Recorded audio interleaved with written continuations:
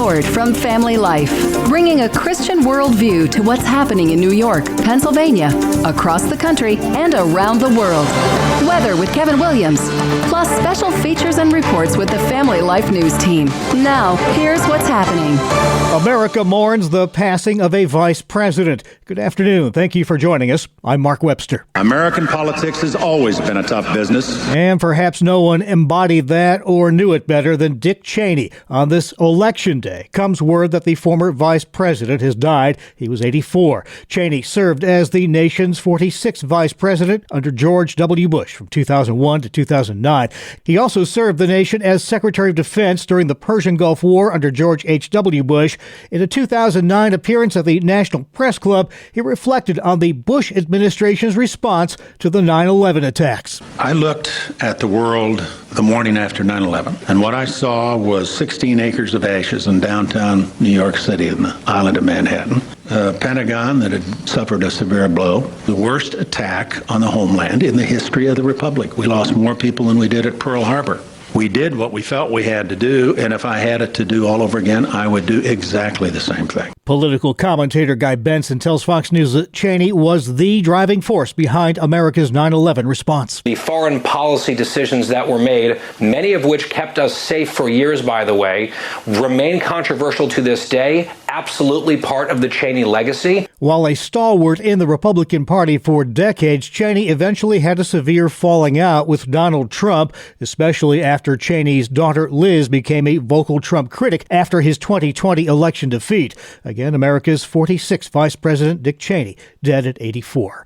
Now to our other top story, Election Day 2025. While it likely won't have the drama seen a year ago this day, this off-year election still packs plenty of political punch locally and nationally.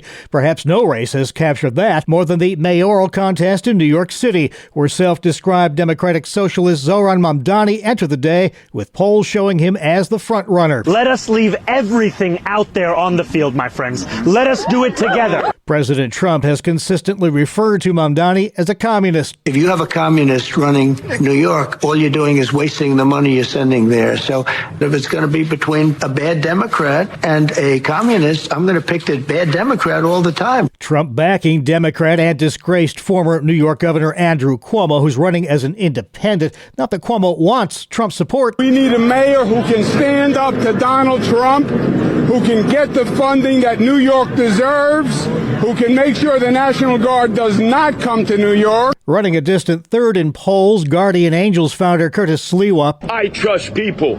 I don't trust politicians. I don't trust billionaires. And I don't trust the insiders. So that's my final words. Early voting turnout heavy in New York City. A couple of gubernatorial races have also captured national attention as potential bellwethers for 2026 and beyond. In New Jersey, Democrat Mikey Sherrill has the backing of former President Barack Obama, who says of Trump-backed challenger Jack Ciattarelli, he's given Trump an A. He said there's nothing he disagrees with him on it. Ciattarelli says the race there isn't about Donald Trump. Donald Trump has nothing to do with our property taxes, nothing to do with our monthly electric bills, public safety, public education, overdevelopment. In Virginia, Obama and Trump backed their respective party candidates in the Commonwealth's race for governor, though no formal endorsement by Trump in Virginia. Polling heading into today showed Democrat Abigail Spanberger maintaining a double-digit lead over Republican Lieutenant Governor Winsome Earl Sears. Fox's Alexandria Hoff. Regardless of the outcome today, it will be a historic one as Virginia will name its first female governor. The Democrat in this race, former Congresswoman Abigail Spanberger, is seeking to return the governor's mansion to her party after 4 years of Governor Glenn Youngkin at the helm. He has campaigned alongside his Republican Lieutenant Governor Winsome Earl Sears to become his successor. CBS political analyst Larry Sabato. If Earl Sears wins, then Republicans have had a great night. Virginia would count alone as a big Republican victory that would tend to mask other victories for Democrats. Trump held tele-rallies for Ciattarelli and Winsome Earl Sears, but did not make any in-person appearances. Obama did appear at rallies for both gubernatorial candidates. There's also a ballot issue on the slate in California that could have national implications. More on that from CBS's Emily Valdez. If passed, Proposition 50 would allow California lawmakers to redraw congressional lines in 2026, adding 5 Democratic seats to Congress. It's in response to Texas redrawing their congressional congressional districts to add 5 Republicans in the House. UCLA professor Rick Hassett. This is starting a kind of redistricting war that doesn't seem to have any end other than when all the states that can do more partisan gerrymandering do more partisan gerrymandering. Prop 50 would toss out a previously voter-approved California redistricting plan.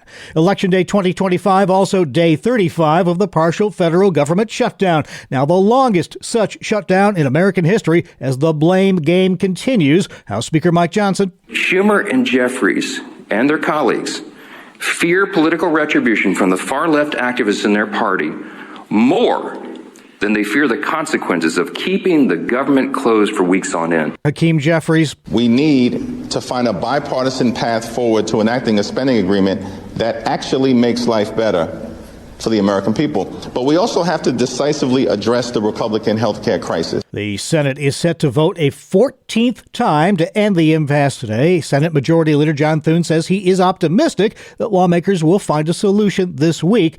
Meantime, the impasse continues to make it hard to pass through the nation's short-staffed airports. The stranded Houston flyer telling CBS. I was a delay for like about 5 hours, but I still didn't get to the check-in. Former NTSB Chair Robert Sumwalt. We've got air traffic controllers and technicians that are not being paid, and certainly that's got to put an additional strain on an already stressful job. And so far today, about 500 flight cancellations across the U.S. system, along with another 1,000 delays. All right, still to come here on the Noon Report, a look at some key area races on this election day. A shooting shocks a SUNY campus. And later, how an Operation Christmas Child gift meant the world to a young genocide survivor. Good afternoon. I'm Kevin Williams. For those heading out to vote this afternoon, plan to cast a shadow when you cast your vote. Changes are coming, though. Forecast hotels are up in 10. All right, thank you, Kevin. Now checking the stories making news where you live in New York and Pennsylvania. Voters today will decide a number of crucial local elections in cities and communities across New York. Family Life's Sarah Harnish has a preview for us. In the Empire State, every 4 years, all 4 of upstate New York's largest cities along the Interstate 90 corridor hold elections for mayor. In rare alignment, 3 of the 4 are open contests this year due to retirements and term limits: Albany, Syracuse, and Buffalo. Buffalo has already seen a change in leadership in the last year when Mayor Byron Brown left office after 19 years to take a new job. There's a special election for the 115th State Assembly District in Clifton, Franklin, and Essex County. It's important because it gives Republicans a chance to flip the seat and chip away at the Democratic supermajority in the state. And there's a statewide ballot proposal on forest preserve development, which could set a precedent on building on forever wildland in New York. It would require an amendment to the state constitution. Polls are open in the Empire State until 9 p.m. Sarah Harnish, Family Life News. Thank you, Sarah. Election Day brings some changes for voters in Monroe County, New York, where elections officials are unveiling new voting machines. Among the upgrades, better accessibility for voters with disabilities, including those in wheelchairs or those with hearing impairment.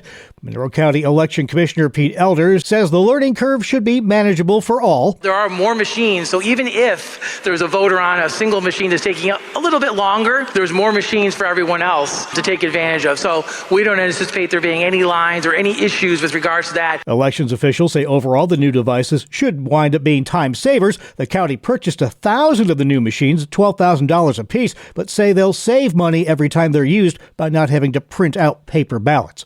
The race to watch closely in Pennsylvania is the state Supreme Court. The fate of 3 Democratic state Supreme Court justices hangs in the balance. Christine Donahue, Kevin Doherty, and David Wett, each seeking another 10-year term. The decision will likely impact redistricting maps and abortion in the Keystone State. Pennsylvania Democratic Chair Eugene DePasquale. You want to make sure that we have competent jurists on the bench that are recommended by nonpartisan bar association. If you want to make sure that the court belongs to the people of Pennsylvania, then vote yes. Guy Geraki's a writer for Real Clear Pennsylvania and Broad Plus Liberty who believes voters should say no. A judge, especially a Supreme Court judge, should be fair, impartial, and follow the Constitution. Time and time again, they haven't.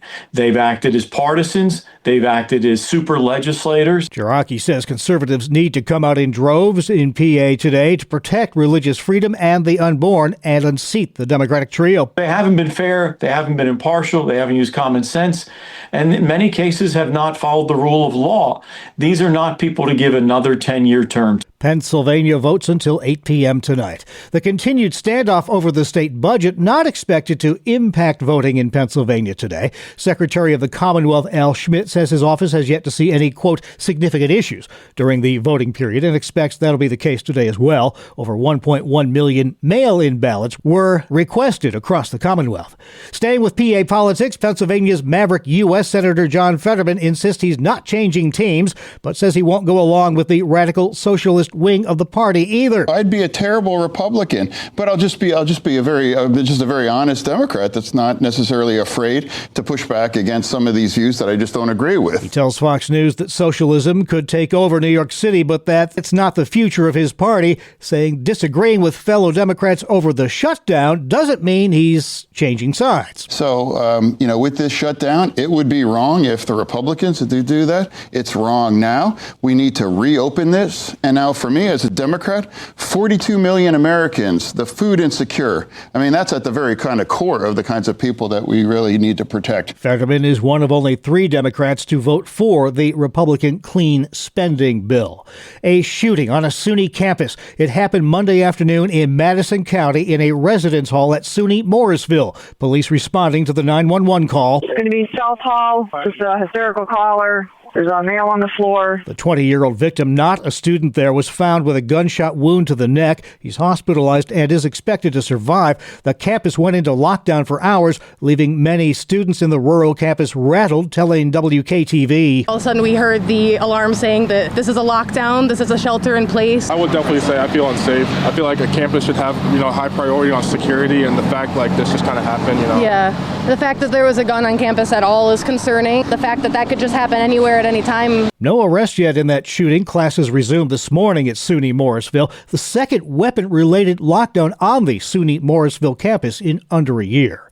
A Western New York couple is hoping to head home today after remaining stranded in Jamaica by Hurricane Melissa. Cardinal Green and his wife, Yagetta Osborne Green, arrived at the Moon Palace Hotel in Jamaica on October 22nd, there to help celebrate his brother's anniversary. They were scheduled to leave 4 days later. Then came Melissa, whose power left even these veterans of rough Western New York weather impressed, telling WGRZ. We've been through blizzards, the blizzard of 77, but a Category 5 hurricane, just hearing the constant wind and not knowing if something's going to fall in on you or what's going on outside, it's a different type of trauma that brings. It is. The couple has racked up a larger than expected hotel bill, but say that's not much compared to what the people of Jamaica are dealing with. You can go to familylife.org and click on Hurricane Melissa relief efforts to learn how you can help. And back to PA, a popular mid-state Pennsylvania Christmas display has been canceled this season. We find out why from Family Life's Brian Query. The organizers of Linglestown Light have announced that their event will not be happening this year. According to a Facebook post from the organizers, the cancellation is due to the creator's busy schedule and out-of-state work commitments. The creator of Linglestown Light decorates their home every year with a copious amount of Christmas lights synced to music and various other decorations. The tradition has attracted members of the Dauphin County community for years. Organizers say they hope to be back bigger and brighter next year. Brian Query, Family Life News. All right, thank you, Brian. Well, Monday Night Football featured an NFL upset. Randy with that and the rest of the sports. Good afternoon, I'm Randy Snavely. Mark, the Arizona Cardinals put it to the Dallas Cowboys last night, 27-17. Jacoby Brissett was 21 of 31 passing, good for 281 yards and 2 touchdowns. He also rushed for a score as the Cardinals end a 5-game losing streak. In the NBA, the Knicks are still unbeaten at home. Last night at Madison Square Garden, the New Yorkers topped the Wizards 119-102. Karl-Anthony Towns led all scorers with 33 points, and he hauled in 13 boards. The T-Wolves are the latest team to dance on the Nets' early season grave. following a 125-109 rout in Brooklyn. Elsewhere, Giannis Antetokounmpo knocked down 33 points for Milwaukee, and the Bucks needed all of them as they edged the Pacers 117-115. The Jazz surprised the Celtics in Beantown 105-103, and in a still even closer contest, the Heat were 120-119 winners over the Clippers. Also picking up wins, the Rockets, Pistons, Nuggets, and Lakers. On the ice, the Penguins' Ben Kindle scored a pair of goals to help Pittsburgh to a 3-0 lead heading into the final period. And then the Pens kind of fell apart, giving up 4 goals to Toronto. The Maple Leafs won it 4-3. Blues 3-2 winners over Edmonton. Vancouver edged the Predators in overtime 5-4. And the Kraken beat the Blackhawks 3-1. I know it's only November, but college basketball madness has already begun. Arizona upset number 3 Florida 93-87 as freshman Koa Pete, and it's a name you're going to hear a lot this season. He scored 30 points over the reigning champs. That is a look at sports. Thank you, Randy. Still to come here on the Noon Report. An amazing story of survival and forgiveness centered on an Operation Christmas Child gift box. You won't want to miss it. Plus, today's Election Day, but why today? Some background coming your way. Welcome to Breakpoint, a daily look at an ever-changing culture through the lens of unchanging truth. For the Colson Center, I'm John Stonestreet. The Christian idea that humans are made in the image and likeness of God is the source, the only source in human history, in fact, for universal human dignity, human rights, and human value. As philosopher Luke Ferry wrote in his book, A Brief History of Thought, and I quote, Christianity introduced the notion that men were equal in dignity, an unprecedented idea at the time, and one to which the world owes its entire democratic inheritance. Now, of course, Christianity received its understanding of how God created people in his image from the Hebrew Old Testament. A commitment to the doctrine of the Imago Dei requires that Christians oppose every idea that reduces humans to some other identity. So Christians reject LGBTQ ideology and critical race theory because each says something that's not true about the human person. In the same way, Christians must reject anti-Semitism, especially in the wake of Tucker Carlson's soft pedal platforming of Nick Fuentes. What will happen now in the wake of this interview may well determine whether Fuentes and his Groyper movement is mainstreamed or is pushed back beyond the shadowy margins of the conservative movement. Either way, Christians must be first and foremost committed to the biblical description of the universe and the human person over and above political loyalties. Whether from the political left or the political right, anti-Semitism is morally evil. Chuck Colson used to say that ideologies can be best understood based on how they answer a question. What's really wrong with the world? Throughout history, anti-Semitic movements have answered that question with a who, not a what. Columnist Rod Dreher recently offered this summary of Hannah Arendt's definitive post-World War II analysis of anti-Semitism, which occurred in the context of the Nazi rise to power during her generation. Quote, the basic argument Arendt makes is that anti-Semitism provides a scapegoat that can unite a badly fragmented society around a common enemy, even if it is detached from reality. Jews become the all-purpose enemy, whose existence explains society's troubles with deadly simplicity. The more popular it becomes, the more society becomes conditioned to think of individuals as faceless collective groups. Moreover, anti-Semitism exploits the willingness of atomized people, devoid of meaning and structure, and their willingness to believe any fiction that restores purpose and order to their lives. And it justifies terror against the other as a way of restoring the lost order for which people long. End quote. In the Gulag Archipelago, Alexander Solzhenitsyn answered those who demonized a specific group of people this way. Quote, if only it were so simple, he sarcastically said. If only there were evil people somewhere insidiously committing evil deeds, and it were necessary only to separate them from the rest of us and destroy them.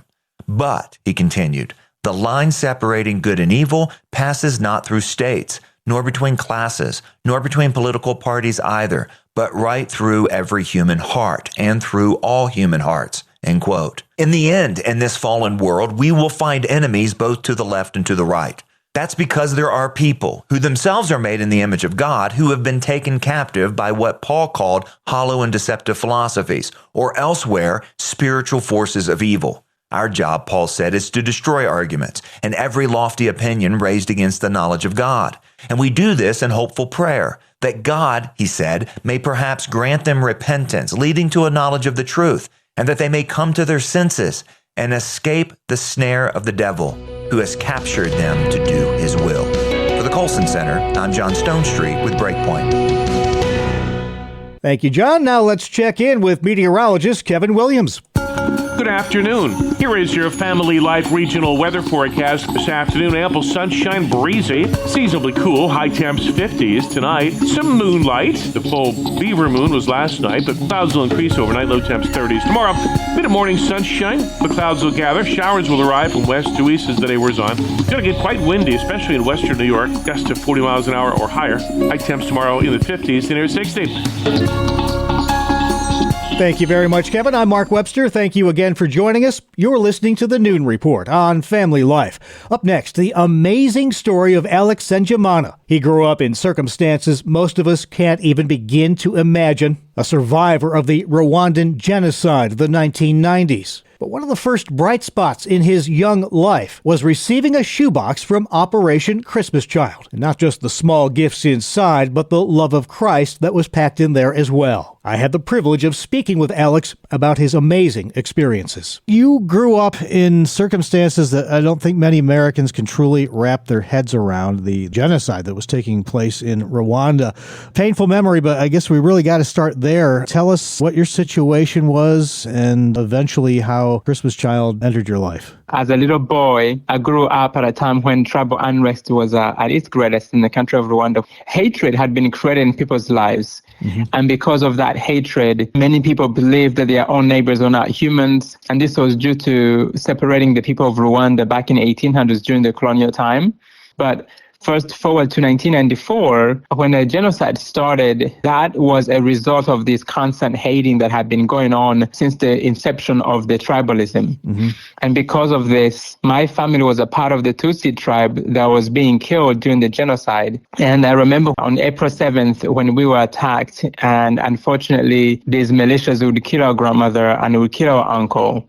Me and my brother and my sister, we were left to run from place to place, from family to family. We were being raised by our grandmother because our mother had passed away when we were very little and we never knew who our father was. Mm-hmm. So the people who really were taking care of us, we were holding on to, was our grandmother and our two uncles. When our grandmother and one of our uncles got killed, we started to run from place to place. And as we ran, God was doing so many miracles to protect us. I remember very specifically when we were attacked and his weapon wouldn't work and his magazine fell out. From the time when I was running and I would fall down and a bullet would miss my head by an inch. And at that time, I didn't have faith. My little faith that I had was my grandmother's. Mm-hmm. So when everything was happening, it was just coincidence. But in July of 1994, the genocide ended. And right after the genocide ended, one of the first organizations that responded was Samaritan's Purse. And they brought the World Medical Mission team and they said to help people physically. Then a year later, 1995, they brought Operation Christmas Child shoeboxes to our orphanage. And Mark, that's when,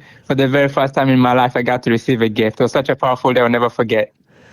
Well, that's just such a different story than I think most people listening to this can really grasp. The horrors that you went through just as a child, it just boggles the mind.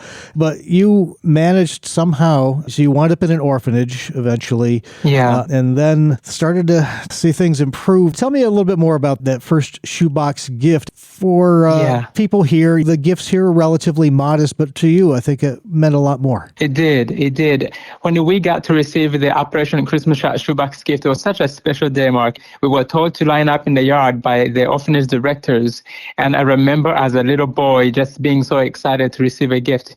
And the gift that I got from Operation Christmas Child was the very first gift I ever received in my life. And it was such a powerful day. We got to line up, they hand out the gifts, and all of us were screaming. We're not screaming because we were running for our lives. We were not screaming because we were scared. We were screaming because we could not contain the joy of receiving a gift. So I remember as I opened opened my gift, I saw the school supplies, I saw hygiene items, and I saw these toys. And deep inside my shoebox gift, there was a couple items that really stood out. One of them was watercolors. These little oval-shaped watercolors that you take the brush and you dip it in the water and then you dip it in the paint. Right. And then another item that was a favorite was a hair comb. This hair comb had a brush and had a little pick, and I would keep that hair comb for the next 3 years, and that was very special to me and such a powerful time. But that shoebox gift didn't stop there with the tangible items. The shoebox gift planted a seed of hope and love of Jesus Christ, and that's when my faith that I had was rekindled. And years later, God sent me people to disciple me, to help me walk through the journey of faith. That's just an amazing story. Just trying to picture something as simple to us here in the States as a hairbrush or pick meaning so much. And then well beyond that, as you already touched on, the true gift in that box really was just the love that was packed in there. Amen, amen. Because we were thinking, who packed this gift for us? And I could not, as a 7-year-old receiving a gift for the first time, I was reminded that God loved me, that God cares about me, and he used the person who packed that Operation Christmas Child shoebox gift to really bring us hope. Now, Mark, I didn't accept Jesus Christ as my Lord and Savior right there and then when I got to receive the shoebox gift, but a seed was planted. Right. And a year later, after receiving that shoebox gift, I left Rwanda and I was in Uganda. And while I was in Uganda, this is when I started to read the Bible and I started to be mentored and I started to be counseled because of all the trauma I had gone through. And one of the chaperones came to me and said, Alex, tell me your story. I remember sharing my story for the first time and realizing how therapeutic that was.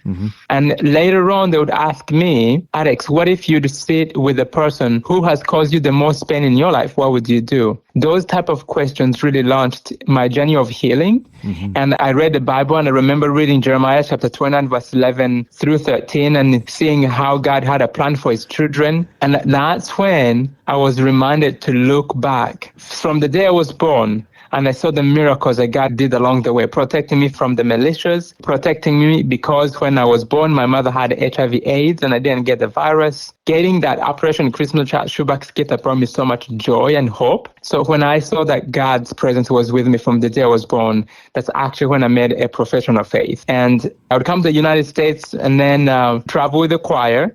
Then I would go back to Rwanda. And in 2003, I got adopted into a family in the United States. And that's when I got to be on this side of the journey, to be able to pack shoeboxes in high school and college. And now I get to have the privilege of serving with the ministry. What a tremendous full circle story that you eventually wind up packing boxes for kids back in Rwanda and going back to Rwanda, that same orphanage that you grew up in. What an experience that must have been. Yeah, it was such an amazing experience. In 2013, I had the privilege of traveling with Operation Christmas Child. We went back to the same orphanage. I stood in the same place that I stood as a 7-year-old, this time handing out a shoebox gift, and that was a powerful moment. We got to read The Greatest Journey, which is a 12-week discipleship lesson that accompanies the shoeboxes in partnership with the local church.